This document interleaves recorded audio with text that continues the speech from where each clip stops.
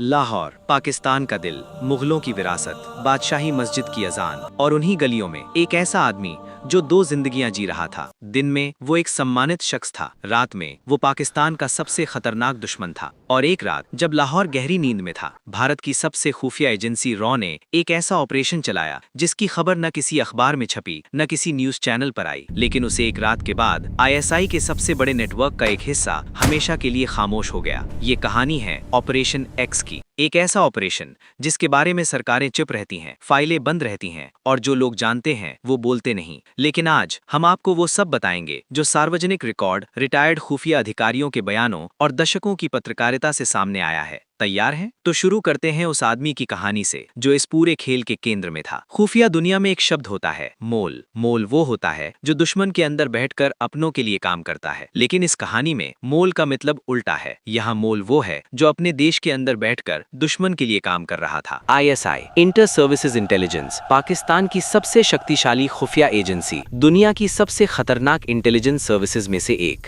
ISI सिर्फ पाकिस्तान के अंदर काम नहीं करती, वो भारत में, अफगानिस्तान में, बांग्लादेश में, पूरे क्षेत्र में अपना जाल फैलाती है। और इस जाल का एक बहुत जरूरी हिस्सा होता है मोल। वो लोग जो भारत के अंदर बैठकर आईएसआई को जानकारी देते हैं, भारत के सैन्य ठिकाने, राजनीतिक रहस्य, खुफिया एजेंटों के नाम। लेकिन इस कहानी में पासा उल्टा था। आईएसआई के अंदर लाहौर में एक ऐसा इंसान था जो रॉ के लिए काम कर रहा था और आईएसआई को इसका जरा भी शक नहीं था। ये वो मोल था जिसे आईएसआई अपना सबसे भरोसेमंद समझती थी और वही सबसे बड़ा खतरा था। पहले समझते हैं रॉ को। Raw research and analysis wing 1968 में बनी भारत की बाहरी खुफिया एजेंसी। इसे बनाया था आर.एन. काव ने, रामनाथ काव, एक ऐसे शख्स जिनका नाम आज भी खुफिया दुनिया में सम्मान से लिया जाता है। रॉ का काम है भारत के बाहर जो हो रहा है उसकी जानकारी इकट्ठा करना, दुश्मन के इरादे भांपना और जरूरत पड़े तो ऑपरेशन चलाना। रॉ भारत सरकार के सीधे नियंत्रण में है, प्रधानमंत्री कार्यालय को रिपोर्ट करती है। लेकिन रॉ का काम कभी अखबारों में नहीं आता। जो ऑपरेशन सफल होते हैं वो गुप्त रहते हैं, जो नाकाम होते हैं वो भी गुप्त रहते हैं। यही है खुफिया एजेंसी का स्वभाव। लेकिन कभी कभी दशकों बाद रिटायर्ड अधिकारी कुछ बोलते हैं, कुछ किताबें लिखी जाती हैं, कुछ दस्तावेज सामने आते हैं और तब इतिहास के पन्नों से कुछ कहानियां बाहर निकलती हैं। ऑपरेशन एक्स ऐसी ही एक कहानी है। खुफिया दुनिया में एक सिद्धांत है, हमेशा दुश्मन के घर में अपनी आंखें रखो। रॉ ने यही किया। पाकिस्तान के अंदर लाहौर, कराची, रावलपिंडी, रॉ ने धीरे धीरे अपना नेटवर्क बनाया। ये काम आसान नहीं था। पाकिस्तान में आईएसआई का डर था, हर जगह निगरानी थी, विदेशियों पर नजर थी। लेकिन रॉ ने जो तरीका अपनाया वो बेहद चालाक था। उन्होंने विदेशी एजेंट नहीं भेजे, उन्होंने पाकिस्तानी नागरिकों को ही एजेंट बनाया। वो पाकिस्तानी जो पैसों के लिए काम करते थे, वो जो भारत के प्रति सहानुभूति रखते थे, वो जो आईएसआई से खुद नाराज थे, या वो जिन्हें रॉ ने किसी कमजोरी के जरिए अपने जाल में फंसाया। और इन्हीं में से एक था वो शख्स जो आईएसआई के अंदर काम करता था। आइए उसे काल्पनिक नाम देते हैं एजेंट अल्फा, क्योंकि उसकी असली पहचान आज भी वर्गीकृत है। एजेंट अल्फा आईएसआई का एक मध्यम स्तर का अधिकारी था, लाहौर में तैनात। उसका काम था भारत से जुड़े मामलों पर नजर रखना, भारतीय एजेंटों को पकड़ना और भारत में आईएसआई के नेटवर्क को मजबूत करना। यानी वो वही काम करता था जो रॉ के खिलाफ था। लेकिन किसी वक्त, और ये वक्त कब आया ये भी एक रहस्य है, अल्फा ने दूसरी तरफ कदम रखा। क्यों? खुफिया दुनिया में इसके कई कारण होते हैं। पहला कारण पैसा। आईएसआई के अधिकारियों की तनख्वाह और रॉ की पेशकश में जमीन आसमान का फर्क था। दूसरा कारण वैचारिक मतभेद। कुछ लोग आईएसआई की नीतियों से, खासकर आतंकवाद को समर्थन देने की नीति से, अंदर ही अंदर नाराज थे। तीसरा कारण ब्लैकमेल। रॉ को अल्फा के बारे में कोई ऐसी जानकारी मिल गई थी जो उसे मजबूर कर सकती थी। चौथा कारण व्यक्तिगत दुश्मनी। आईएसआई के अंदर भी राजनीति होती है। शायद अल्फा को किसी ने नुकसान पहुंचाया था। लेकिन जो भी कारण था, एजेंट अल्फा काम कर रहा था रॉ के लिए, आईएसआई के अंदर से। एजेंट अल्फा ने रॉ को क्या दिया? ये सोचिए, आईएसआई के एक अंदरूनी आदमी के पास क्या होता है? भारत में आईएसआई के एजेंटों के नाम, यानी वो पाकिस्तानी हैंडलर्स